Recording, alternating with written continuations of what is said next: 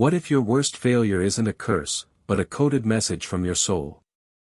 What if the parts of you that you most try to silence, the jealousy, the rage, the insecurity, the craving, are not enemies to be destroyed, but ancient teachers waiting to be heard?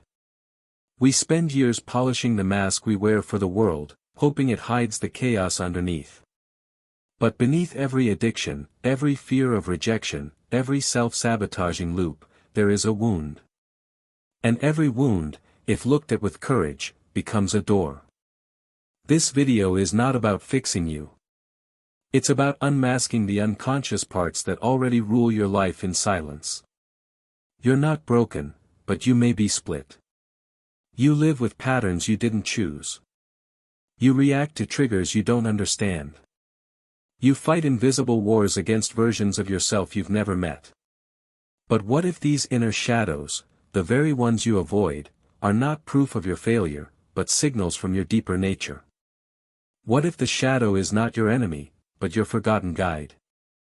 Carl Jung once wrote, "One does not become enlightened by imagining figures of light, but by making the darkness conscious."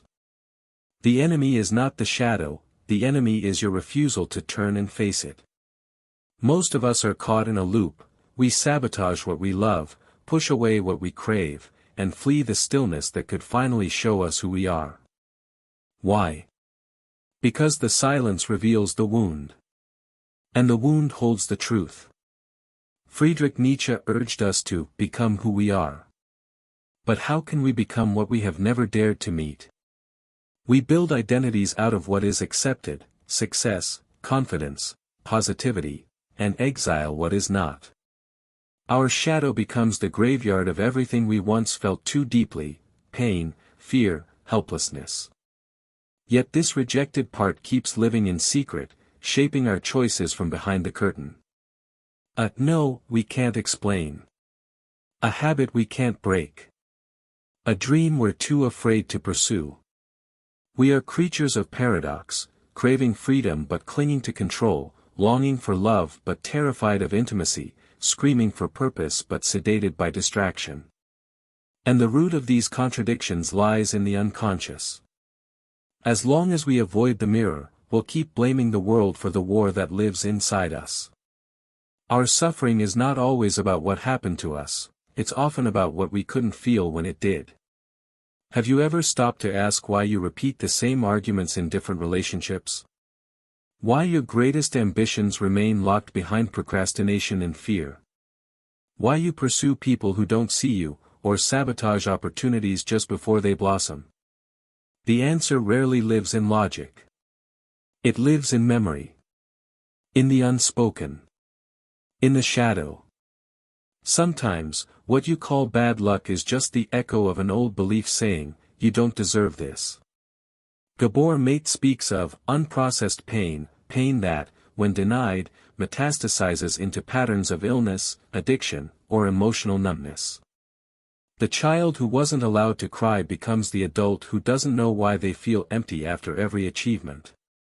The teenager who had to wear a mask to survive becomes the adult who no longer knows their true face. Your shadow is the sum of all you had to suppress to be loved. This is not about shame, it's about reunion. Every time you deny your anger, your grief, your longing, you exile a part of yourself that still holds wisdom. The shadow is not darkness in itself. It is the part of the psyche that has been kept in the dark. When you avoid it, it controls you. When you face it, it frees you.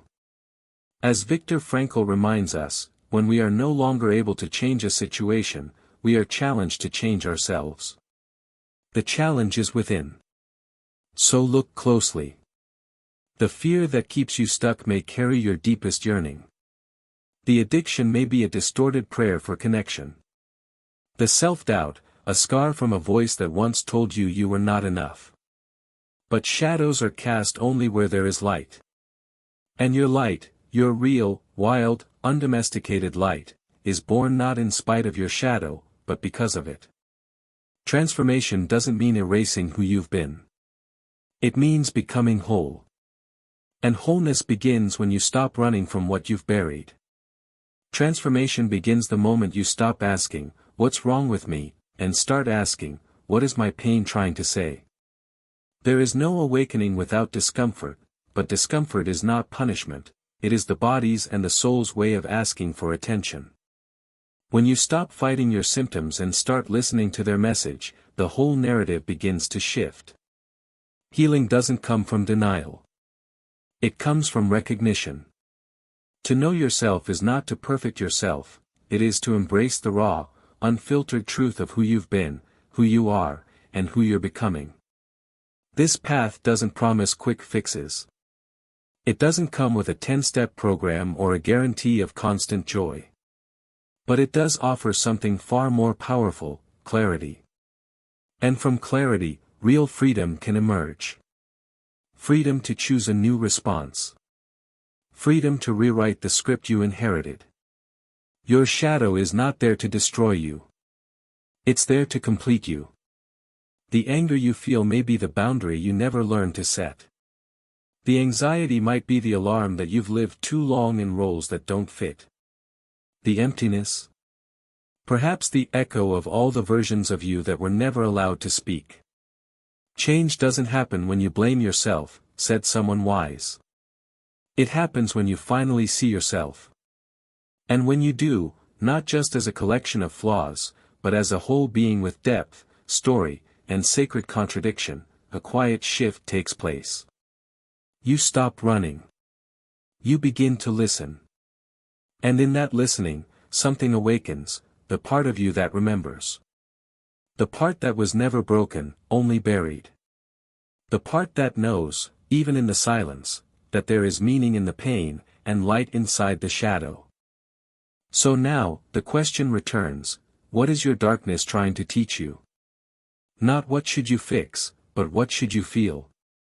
There's a version of you waiting on the other side of avoidance, not better, not purer, but more real. This isn't a destination. It's a lifelong dialogue with your own depths. You're not here to become perfect. You're here to become whole. Today, notice yourself. Not just your words, but your silence. Not just your habits, but the hunger behind them. Where do you resist? Where do you numb? Where do you repeat the story that keeps you small? That's the doorway. That's where the shadow knocks.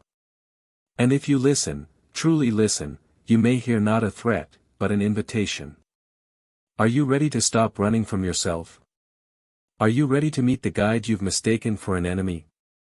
Observe your silence. It may speak louder than your words. And if this message stirred something in you, then don't stop here. Watch the next video that appears on the screen. In it, we explore how emotional wounds shape your purpose, and it might be exactly what your soul needed to remember today.